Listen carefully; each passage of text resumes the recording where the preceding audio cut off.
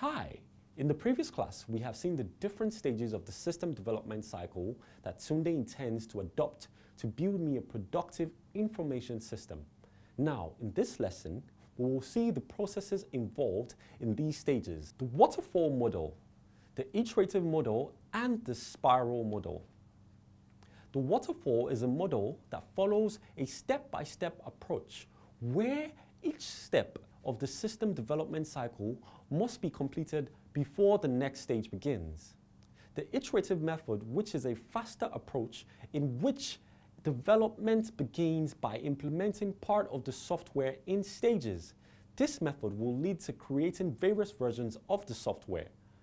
Spiral requires an initial prototype to begin the project, and this method is used for more expensive and complex projects.